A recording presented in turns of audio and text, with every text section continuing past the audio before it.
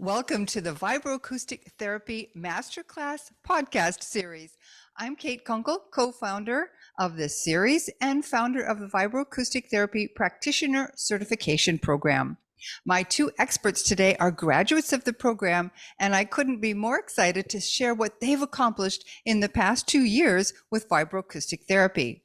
Robin Krassow started working as a physical therapist in 1997, physical therapist assistant. She has worked in a variety of settings over the years, such as acute care hospitals, extended care facilities, home health, and rehabilitation facilities.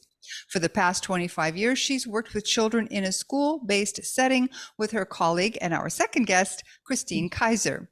Christine has been a certified occupational therapy assistant for 29 years with a specialty in pediatrics. She's served in a variety of settings, including home and in the clinic, with a primary focus in schools.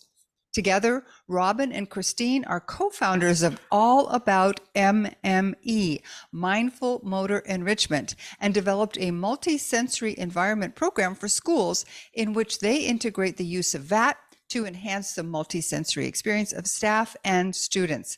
In September of 2023, Christine and Robin presented on vibroacoustic therapy at the International Conference for Multisensory Environments. Congratulations, ladies. I'm so happy to be able to interview as graduates, especially since you've done such incredible work with the modality and with the kids. What kind of issues are the kids you work with? What kind of issues are they dealing with? They're dealing with mental, physical, social issues. So we service students not only in the special ed population, but also the general ed population. So we are seeing, manifest of different emotional issues stemming from COVID and just the way society is right now. But also we service populations such as autism, Down syndrome, physical impairments, cognitive impairments, behavioral and mental impairments. I want to talk about the kinds of results you've seen with the kids, with the sensory in general, but also particularly with that. Can you share some of the experiences you've had with the kids? Lots of calming and grounding kinds of experiences. The younger students or the students with cognitive impairments don't understand the depth of what that is doing for them.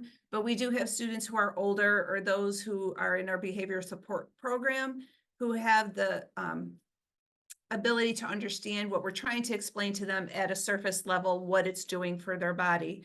But regardless of where someone falls on that spectrum, we've seen really great results. We've seen students who gravitate right to the chair and,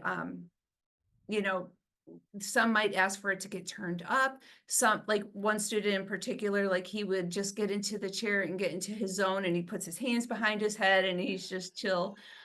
We've had students who had said they don't sleep well and they go in there and they feel like they can go to sleep. There's some students who can't tolerate being directly on the chair, even at a low level, but if I turn it on, they'll play right next to it and you can still feel it vibrate through the floor, or they'll slowly put their hand on it while they're playing and start inching that way. So we've seen a lot of those kinds of results. It's not as typical as if you had a client coming in and being on there for 20, 25 minutes at a time. A lot of it's gradual, trying to build their tolerance for longer periods of time and their attention for it. But it has definitely been a very positive thing. We've also had staff who've requested to come in and be on it for some time, for pain relief, stress relief, things like that when students aren't in there. So in that respect, it's been very positive.